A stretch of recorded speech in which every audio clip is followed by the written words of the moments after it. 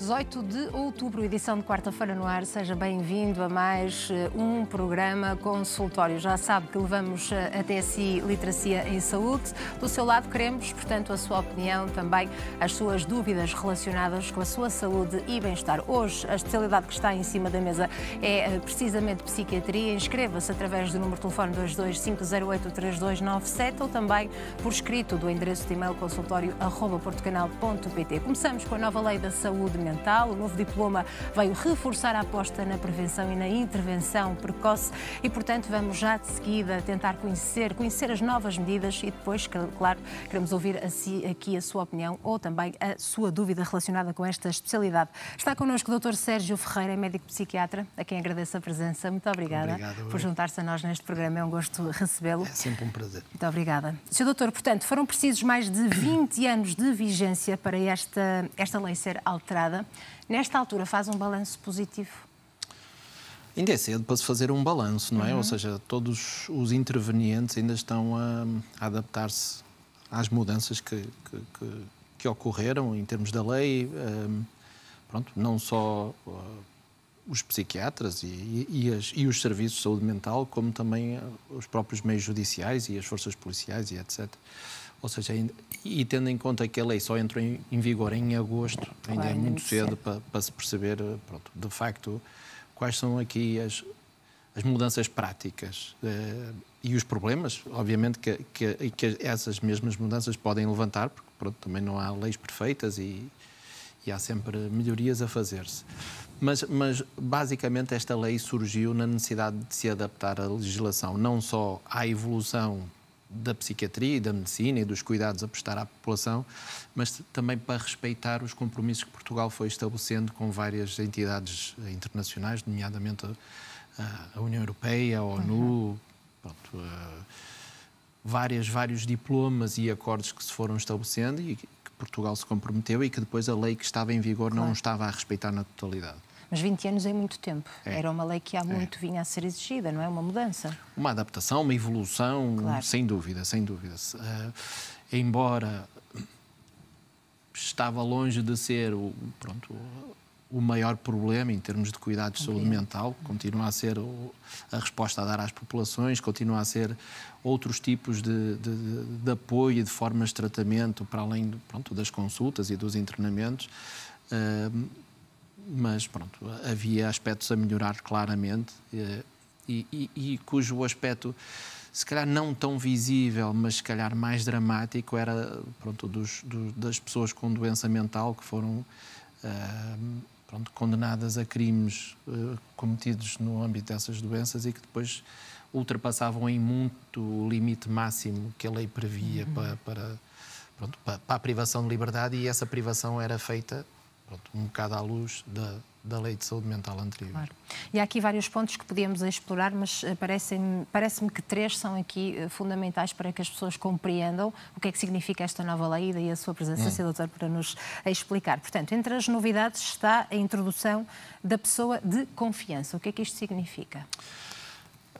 A pessoa de confiança é uma pessoa que pode ser indicada pela pessoa que padece de uma doença mental para que a possa ajudar ou representar em toda a articulação, seja com o tribunal, seja com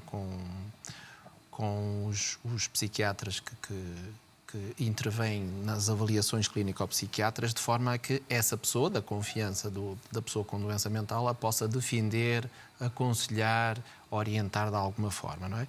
É uma nomeação informal, não é? Ou seja, nada de tão oficial como, por exemplo, é um advogado, mas é uma pessoa que a defende, que a aconselha, que a orienta em todas estas interações, uma vez que muitas vezes, quando as pessoas estão a padecer de uma doença mental, podem estar condicionadas na sua decisão e no seu julgamento, no julgamento da realidade Claro. Mas até que isso não acontecia. Não acontecia, não é? Também não acontecia, por exemplo, que é outra das mudanças, que é a introdução das diretivas as diretivas futuras, não é? Em termos daquilo que a pessoa pretende que seja a sua decisão, uma espécie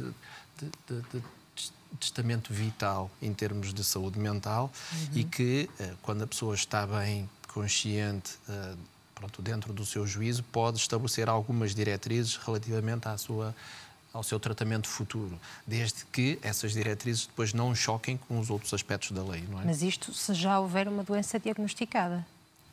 Não é obrigatório, não mas é obrigatório. faz mais sentido que isto seja estabelecido quando há uma doença diagnosticada, não é? Mas não é obrigatório que assim seja. A pessoa pode prever.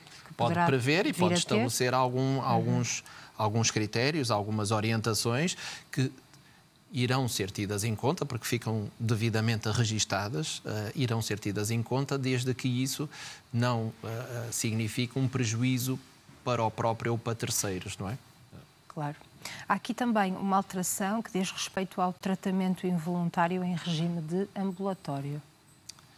Isso eu acho que é uma das evoluções mais consideráveis e mais significativas. Claro. Ou seja, antigamente, embora isto nem sempre se processasse na prática, porque depois não só os psiquiatras como os juízes já faziam uma espécie de uma interpretação da lei que favorecia o próprio indivíduo, não é?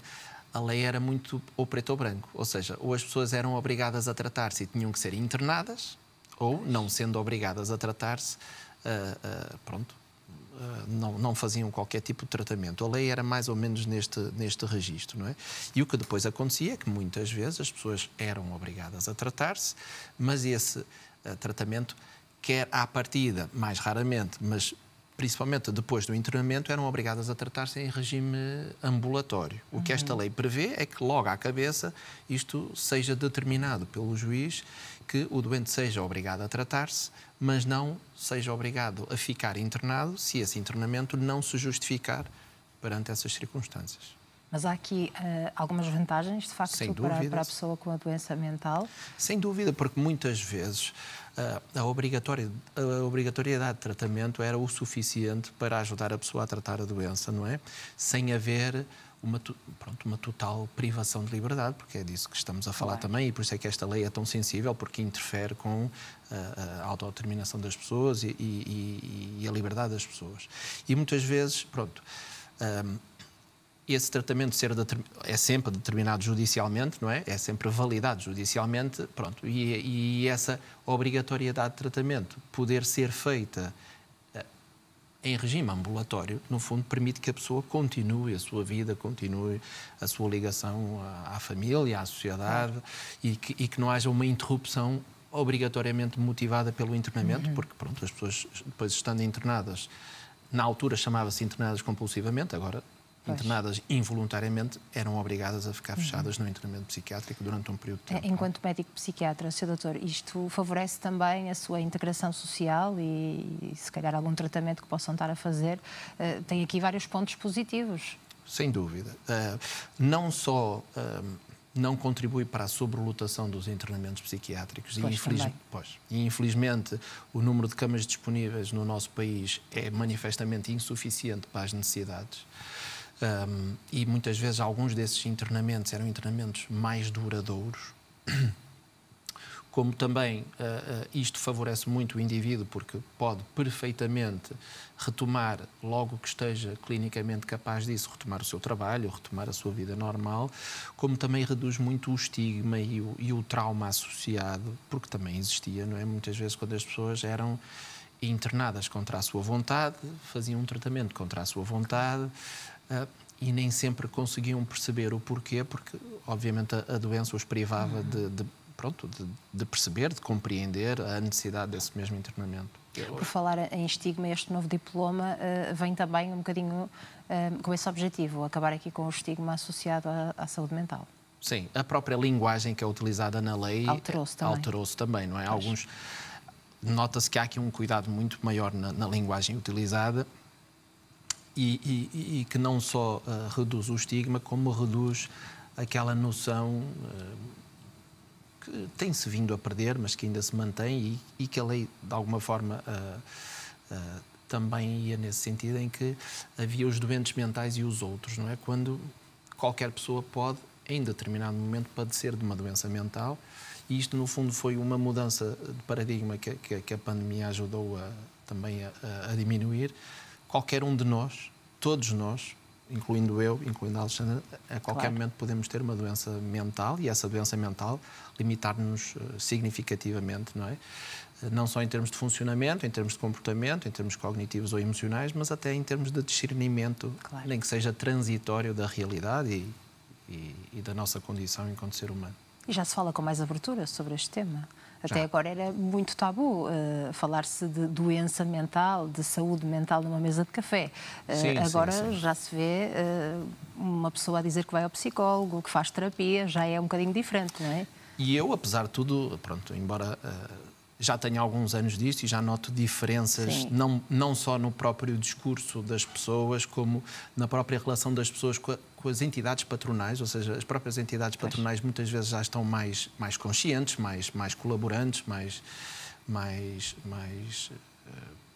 disponíveis para colaborar no tratamento e no acompanhamento das pessoas, mais atentos. Muitas vezes tenho visto em consulta a própria entidade laboral que diz: olha, se calhar estás a precisar de ir a uma consulta, não estás bem. Por exemplo, quando as pessoas estão com uma labilidade emocional muito grande, quando estão muito tensas, etc. Pronto, e vê-se cada vez mais pessoas mais jovens a vir à consulta, pronto, homens, mulheres, ou então também o inverso, ou seja, pessoas com mais idade que já tinham problemas já há muito tempo e que finalmente pedem ajuda e aceitam que precisam de algum auxílio nesse sentido. E não há limite de idade, portanto vamos sempre a tempo de marcar uma consulta e pedir ajuda nesse sentido, não é? Nunca é tarde demais. Nunca é tarde demais, até porque, pelo menos nos quadros depressivos, não é? Há um risco muito grande da depressão no idoso, porque é onde estão associadas taxas mais altas de suicídio, não é? Ou seja, a depressão no idoso é ainda mais perigosa porque está associada a taxas superiores de suicídio, por isso nunca é tarde demais, sem dúvida. Há ainda outro ponto que acho que merece também destaque, Sr. Doutor. Esta nova lei prevê também a cessão da possibilidade de prorrogação sucessiva das medidas de segurança de internamento de cidadãos inimputáveis. Portanto, o que é que isto também significa? O que esta lei não permite é que isto seja prorrogado indefinidamente, ou seja, tem que haver depois um outro tipo de resposta para estes indivíduos, ou seja, é porque isto ia sendo prorrogado sucessivamente ad eterno, em alguns casos, não é? É que houve uma obrigatoriedade de mudar a lei. Agora, é óbvio que isto também acontecia, não era tanto um problema da lei, era um problema da falta de resposta a outros níveis. Pronto, digamos que esta era, até há pouco tempo, a opção menos má. Não é? Porque as pessoas depois ficavam desenraizadas da sociedade, ficavam sem capacidade de cuidar de si mesmas, de serem autónomas, mas depois também não havia na sociedade estruturas que permitissem estes cuidados a estas pessoas, que, pronto, apesar de terem doença mental, já não apresentavam muitas vezes perigosidade nenhuma, não é? Ou seja, a doença continuava, mas a perigosidade ou o risco para terceiros já tinha desaparecido há muito. Então, este ponto tem a ver com o segundo, que abordamos há pouco? Ou são distintos? Tem a ver com o segundo. Tem. Os tais casos que já não precisam... os tais casos de tratamento involuntário em regime de ambulatório. Não. Ou são pontos diferentes se alteraram do diploma anterior para este? Pronto, a lei de saúde mental é uma lei abrangente que toca em vários pontos, não é? Pronto, esta questão do tratamento voluntário, do tratamento involuntário, ambulatório ou com internamento, é um aspecto mais geral, que diz respeito a todos. Pronto. Depois, o da inimputabilidade tem a ver também com a parte criminal, tem a ver com os crimes que depois são cometidos, pronto, no âmbito de uma doença mental, não é? Exatamente. Pronto, se o crime for cometido no âmbito de uma doença mental que impeça que a pessoa faça um julgamento adequado das coisas, que não tenha noção do que fez, das consequências e etc., não é? A pessoa não pode ser presa numa prisão comum, tem que ser alvo, pronto, de uma restrição de liberdade, mas no âmbito do tratamento da sua doença. Pronto, e é esse aspecto que, no fundo, são casos muito pontuais, não é? Ou seja, ao contrário do que é o senso comum, não é? A grande maioria dos crimes são cometidos por indivíduos que não têm doença mental nenhuma, não é? E muitos dos doentes mentais até mais graves até são menos perigosos do que as pessoas sem doença mental. Mas, de facto, havia alguns casos e esses casos tinham que ser abordados porque, pronto, eram merecedores da resposta urgente. E, portanto, estes indivíduos depois têm o devido acompanhamento, não é? Da sua doença mental, no tratamento, esse acompanhamento. Tem. De certa forma, Sr. Doutor, como dizia há pouco, ainda é cedo para avaliar os efeitos desta lei ou para fazer balanços, não é? É cedo para avaliar, mas embora haja sempre resistências, sempre que há mudanças há resistências, não é? O ser humano é um bocado avesso a algumas mudanças de hábitos, mas eu diria que, pronto, deu-se aqui um salto qualitativo na resposta, não é? E deu-se um salto qualitativo porque o direito das pessoas está muito mais defendido.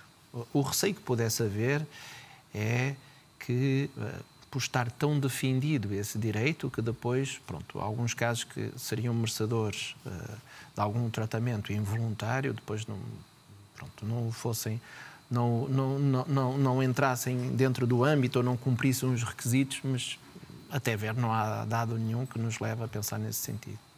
Mais uma vez lhe pergunto, já várias vezes questionei isto aqui no programa. A pandemia veio alargar esse horizonte de valorizarmos mais a nossa saúde mental e de, se calhar, trazer este tema mais para cima da mesa também? Isto era uma mudança que já se clamava antes da pandemia. Era um processo que já estava a decorrer, já estava a decorrer antes da pandemia. A pandemia interrompeu isto. Agora, o que eu acho é que a pandemia, tendo alertado mais as pessoas para os problemas do foro mental, não é? O facto de haver agora uma lei que é mais respeitadora da liberdade das pessoas, mais protetora, e o estarmos aqui a conversar hoje também é importante nesse sentido, porque muitas vezes as pessoas não sabem de que forma é que podem facilitar ou fomentar o tratamento de familiares seus, conhecidos seus, que precisam de tratamento e recusam tratamento, não é? Pronto, e a lei também explica os passos que se devem ter, e também podemos falar sobre isso se quiser. Eu acho que isto, no fundo, é uma lei mais moderna que acompanha o sinal dos tempos. Sim, claro. Não propriamente da pandemia especificamente, mas pronto, da mudança das mentalidades. Mas há muita procura, digo eu, as pessoas de facto agora também estão mais conscientes da importância da sua saúde mental, mas depois há pouca oferta, ou seja, quando digo pouca oferta, digo há muito trabalho para fazer, os médicos psiquiatras também têm muito trabalho para fazer, uma grande lista de espera de uma consulta de psiquiatria no Serviço Nacional de Saúde, por exemplo, também pode ser um problema. É um problema. É um problema. Não é pode ser, é um problema. Já é um problema. Porquê? Porque, infelizmente, o Sistema Nacional de Saúde não está a conseguir cativar os novos médicos e, muitas vezes, manter os médicos que estavam no Serviço Nacional de Saúde. Não é por coincidência que cada vez há mais médicos que estão a sair, não é? Por haver esta falta de atratividade do Sistema Nacional de Saúde e por haver muita necessidade de resposta, muitos dos novos colegas que acabam a sua formação em psiquiatria optam até por nem sequer entrar e ficam a fazer só medicina privada. Mas esta falta não se nota só em psiquiatras, nota-se depois nos psicólogos escolares, nos psicólogos no centro de saúde, nos enfermeiros de saúde mental, nas estruturas na comunidade. Todos são importantes para, todos são importantes. Terapeutas ocupacionais, terapeutas da fala, etc, etc. E depois não é só falta dos recursos humanos, são é falta de estruturas locais, ou seja, residências protegidas, internamentos de longa evolução, mas pronto, em regime parcial que permitam às pessoas, por exemplo, estarem internadas, mas irem desenvolvendo, por exemplo, uma atividade laboral ou a introdução progressiva na sociedade. Pronto, há uma falta de resposta a todos os níveis, não é? E é isso também que o PRR tem vindo a querer alterar e as estruturas no terreno têm feito um trabalho nesse sentido, mas pronto, que é lento, não é? É trabalhoso e é lento. Mas isso também pode levar as pessoas a ficarem tímidas e a não procurarem ajuda, não é? Por saber dessa dificuldade. Marcar uma consulta com o médico de família, que às vezes é a sua porta de entrada, não é? Para depois ter acesso até a um psicólogo ou um psiquiatra. Sim. É tão difícil, são meses e meses de espera, Sr. Doutor. Às vezes as pessoas não marcam consulta porque simplesmente sabem que não vão ter tão cedo e deixam os problemas e essa ajuda passando com o tempo. Ora bem, Idealmente, a primeira ajuda deveria ser mesmo dada pelos médicos de família, ou seja, deviam ser dadas no centro de saúde e reservar o papel do psiquiatra não só para os casos mais graves, para as doenças mais graves, como também para as situações em que o colega de Medicina Geral e Familiar não fosse capaz de dar essa resposta. E tem essa valência, não é? Numa primeira abordagem. Sem dúvida, sem dúvida. E são eles próprios que resolvem inúmeros casos, não é? Ou seja, a ideia de nem sequer recorrer, porque não vou conseguir ter uma consulta de psiquiatria, no meu entender, é um erro de julgamento, porque muitas vezes os próprios colegas de Medicina Geral e Familiar são capazes de resolver o problema, não é? Claro. Só, caso não o sejam, ou em situações específicas, porque são doenças mais graves ou mais complexas, ou porque a própria gravidade do quadro assim o exige, e é que deveriam ir para outras especialidades. É assim que deveria ser. Não é assim que se faz muitas vezes, mas é assim que deveria ser. Mas pelo menos deixamos essa palavra aos nossos telespectadores, que vamos ouvir já de seguida depois deste curtíssimo intervalo. Obrigada, Sr. Doutor, mais uma vez por esta partilha, pela sua presença. Antes disso, vou recordar o número de telefone lá para casa para o qual deve ligar para se inscrever e poder participar, partilhar aqui connosco também a sua opinião sobre esta nova lei de saúde mental ou também esclarecer a sua dúvida relacionada com a especialidade que está em cima da mesa, psiquiatria. O número de telefone é o 225083297, o endereço de e-mail consultório@portocanal.pt. Estamos de regresso daqui a alguns minutos. Até já.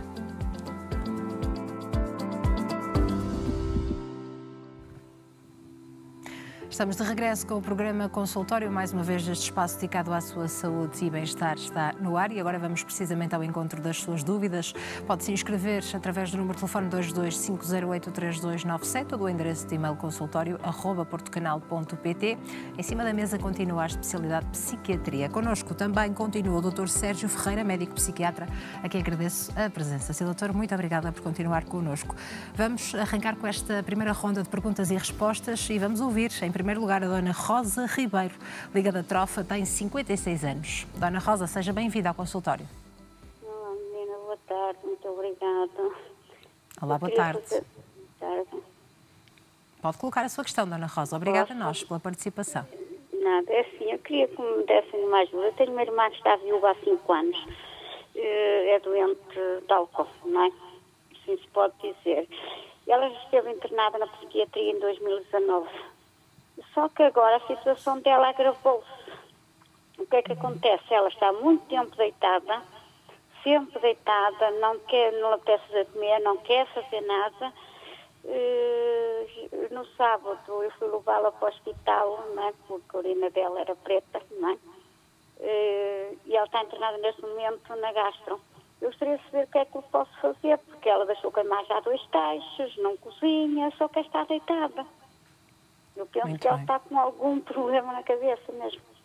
Claro, e quer ajudar a sua irmã. Muito obrigada Eu queria ver o que é que por este podia fazer. contacto. Ela neste momento está internada na gastro. Muito obrigada, Dona Rosa. Sr. Eu Doutor. te agradeço. Pelo que eu penso que eu vi que a irmã da senhora tinha um problema relacionado com álcool. Sim. É isso? Sim. Ok. Ora bem, a ajuda às pessoas que têm problemas de dependências é sempre uma ajuda muito sensível, porque o tratamento eficaz das dependências requer a motivação do próprio, não é? E muitas vezes é a própria família que está mais interessada e mais motivada no tratamento do que o próprio indivíduo. No entanto, mesmo que não haja uma abordagem direta ao problema da dependência, o papel desta irmã pode ser fundamental na procura e na orientação em termos de cuidados de saúde vários, não é? Porque depois os problemas relacionados com o álcool afetam vários sistemas, vários órgãos, vários problemas. Depois, tudo o que puder ser feito em termos de...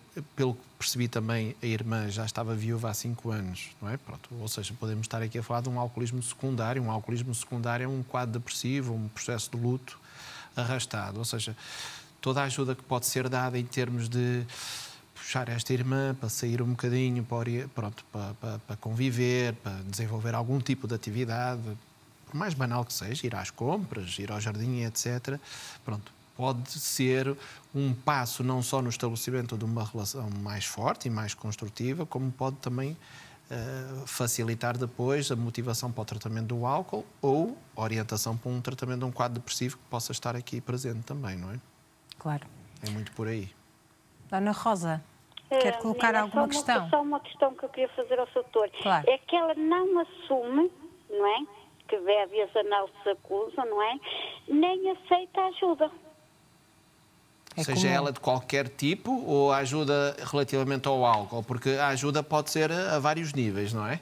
Não, ela não quer ir para uma casa de tratamento de álcool porque ela não assume que bebe. Pois, mas se calhar... Ela não quer, ela não aceita ajuda nenhuma. Já contratei uma assistente social e tudo para ajudá-la e ela não aceita. Tentar desfocar o problema do álcool como foco único de ajuda e tentar ajudar e mudar o discurso para as outras ajudas que são necessárias, e serão certamente necessárias vários tipos de ajuda, de forma a que, indo resolvendo ou tratando ou ajudando o acessório, depois se possa entrar mais facilmente na temática do álcool, não é? Entrar à força vai ser muito difícil, passa muito por tentar mostrar à pessoa o que é que ela está a perder, o que é que está a deixar de ter ou a deixar de viver em função destes consumos e o que é que pode ganhar com a alternativa da abstinência. É muito por aí. À força não a vai conseguir ajudar. Não. E também o doutor diz que ela não querendo, não podem obrigar, não é? Exatamente. Ela está no juízo dela, porque ela não bebe desde que ficou viúva, ela já bebe há muitos anos. Pois. Só que agora ficou viúva e começou a consumir mais. Imagino. Pois, mas agora não quer cozinhar e quando cozinha deixar queimar os teixos, não é? Dona Rosa. Ter um incêndio em casa, não é? Claro, é perigoso, claro que sim. Dona Rosa, espero que consiga encontrar essa ajuda e essa comunicação mais fácil com a sua irmã. Obrigada pelo seu contacto. Menina. Um grande beijinho para si. Corra tudo obrigada. bem. Muito obrigada. Muito obrigada. Boa tarde. Obrigada. De facto, estes casos, Sr. Doutor, como dizia bem, são mais sensíveis, não é? Porque as pessoas que estão à volta conseguem compreender que há ali um problema, que há uma dependência, neste caso do álcool, mas o próprio não reconhece que tem uma dependência, portanto, compreende que não precisa de ajuda, por mais que a irmã, vamos colocar este caso em cima da mesa, não é? Por mais que a irmã desta senhora queira ajudar, não reconhece essa ajuda. O que é que pode fazer mais? Curiosamente, isto até relacionando-se com a primeira parte da nossa conversa, das mudanças na lei de saúde mental, a lei de saúde mental tem deixado de ser tão preta e branca, não é? Porque a lei anterior exigia que houvesse a presença de uma doença mental grave, não é? E, classicamente, as doenças mentais graves eram outras que não as dependências. E as dependências, muito raramente ou quase nunca, entravam no espírito da lei. Esta lei é mais abrangente, o que significa... não é tão taxativo, o que significa que alguns casos, não digo todos, mas alguns casos onde haja dependências possam entrar no espírito da lei e possam ser estas pessoas serem alvo de um tratamento involuntário. Mas agora, quando diz alguns, Sr. Doutor, quem é que determina? É sempre um médico psiquiatra que faz essa avaliação? Um médico psiquiátrico, se a avaliação for em contexto de urgência, 2 médicos psiquiatras se a avaliação for não urgente e seja nos serviços de psiquiatria, seja no Instituto de Medicina Legal. Mas às vezes há casos em que, para além do comportamento aditivo, há psicose, claro, há alteração do comportamento e etc. Não é? Não me parece que seja o caso desta senhora. Este parece-me ser um caso em que está mais... que há uma dependência, não é? Há uma dependência, parece-me primária, uma vez que antecede aqui a viuvez, não entrar no campo aqui da lei de saúde mental, mas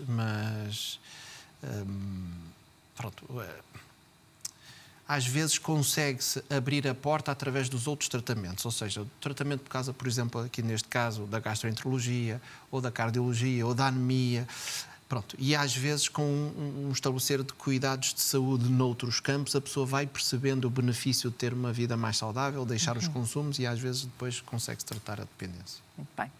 Muito obrigada mais uma vez pelo seu contacto. E agora vamos tentar ajudar o Sr. António Ferreira, tem 40 anos, envia o e-mail de Aveiro. Eu era uma pessoa muito ativa e de um momento para o outro tudo mudou. Canso-me muito facilmente, não tenho vontade de falar com ninguém e só me sinto bem fechado em casa. Quero lutar contra isso, mas não estou a conseguir. Será que tenho indícios de depressão? Pode-me ajudar, Sr. Doutor? Muito obrigada e parabéns pelo programa. Obrigada pelas suas palavras. Daquilo que nos é dado a conhecer, a informação que nos é prestada, uma das hipóteses em cima da mesa é o facto de estar a desenvolver um quadro depressivo, não é? E estando a desenvolver um quadro depressivo, há vários passos que ele pode dar. Pode pedir ajuda no centro de saúde, ao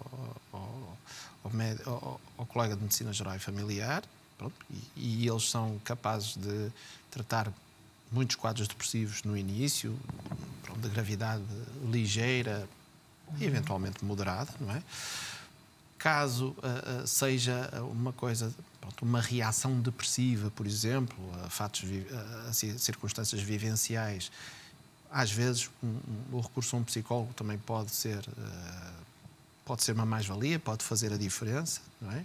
Ou se ele sentir que a angústia ou a tristeza ou a diferença relativamente ao habitual na sua vida é pronunciado, é claramente uma diferença grande, pode sempre recorrer também aos serviços de um psiquiatra. Tenho aqui 3 hipóteses em cima da mesa. Claro. Qualquer delas é um primeiro passo, pode não ser pode ser o primeiro de muitos, mas o que é importante é dar o primeiro passo, não é? E não ficar fechado em casa. Não vamos tentar adivinhar o que aconteceu a este telespectador, claro, mas para haver esta mudança súbita de comportamento, Sr. Doutor, tem que haver uma causa, ou seja, uma causa não atual, não presente, mas pelo menos algo que aconteceu? Não é necessário. Não é necessário? Não é necessário, não. Há quadros depressivos que surgem de uma forma espontânea, imprevisível, sem nenhuma relação com fatores vivenciais. Porque às vezes as pessoas dizem, eu nem sei bem porque é que estou assim, não é? Pois, não consigo compreender. Às vezes não sabem porque, de facto, não há causa. Às vezes não sabem porque essa causa não é explícita, não é óbvia. Pronto. Depois, em consulta, com o tempo, um questionamento correto e cuidado, com o estabelecimento de uma ligação terapêutica forte, consegue-se perceber, não é, o que é que poderá estar aqui em jogo. Mas nem sempre é claro para as pessoas, não é? Muito bem. Muito obrigada também pela sua pergunta. E agora vamos ao encontro da dona Liliana Oliveira. Da Liliana Oliveira, que ligava de Matosinhos, mas perdemos a ligação, portanto vamos tentar recuperar esta chamada e perceber como podemos ajudar esta nossa telespectadora Liliana Oliveira. Entretanto, Sr. Doutor, aproveito também para lhe perguntar se tratar então de um caso de depressão ligeira a moderada, normalmente o tratamento poderá ser feito com medicação, mas a psicoterapia também pode ajudar e ser um complemento em todos os casos ou nem sempre é necessário? Eu diria que é sempre uma mais-valia. E pode ser suficiente nos quadros depressivos leves, nomeadamente depressivos leves, como respostas a vivências, a circunstâncias, a problemas, não é? Aquilo que nós psiquiatras dizemos de uma perturbação da adaptação, não é? Que são, às vezes, quadros depressivos secundários a circunstâncias de vida. E, nesses casos, quando a intensidade não é moderada, é uma intensidade leve, mas que traz sofrimento à pessoa, traz impacto na sua vida, a psicoterapia pode ser suficiente. Não é obrigatório o recurso aos antidepressivos. Muito bem. Muito obrigada a todos os telespectadores que participaram nesta primeira ronda. Ficamos com esta chamada por atender. Não nos vamos esquecer, fica para uma próxima oportunidade. Obrigada também pela sua presença, Sr. Doutor, e por esta explicação sobre esta nova lei da saúde mental. Continuação de um excelente trabalho. Muito obrigada. Nós também seguimos em frente. Esta semana assinala-se o Dia Internacional das Mastocitoses e Patologias Mastocitárias, um tema que também merece destaque aqui no nosso programa e por isso vamos saber mais mais daqui a pouco, com a ajuda de um médico imunoalergologista e também um testemunho muito importante. E depois desta nossa conversa, desta nossa partilha e de outro intervalo, terminamos com um alerta da Associação de Doentes com Lúpus para a importância dos doentes com lúpus prevenirem o aparecimento de lesões em órgãos vitais que podem ser evitadas através do tratamento atempado e adequado desta doença. Contamos então também com um médico reumatologista para nos falar precisamente desta doença autoimune e a importância do diagnóstico precoce. Bem perto das 15h30, embarcamos numa nova viagem porque vamos saber quais são os assuntos em destaque no Viver Aqui de hoje com a Catarina Amorim. Para já, alguns minutos de pausa. Até já, fique na nossa companhia.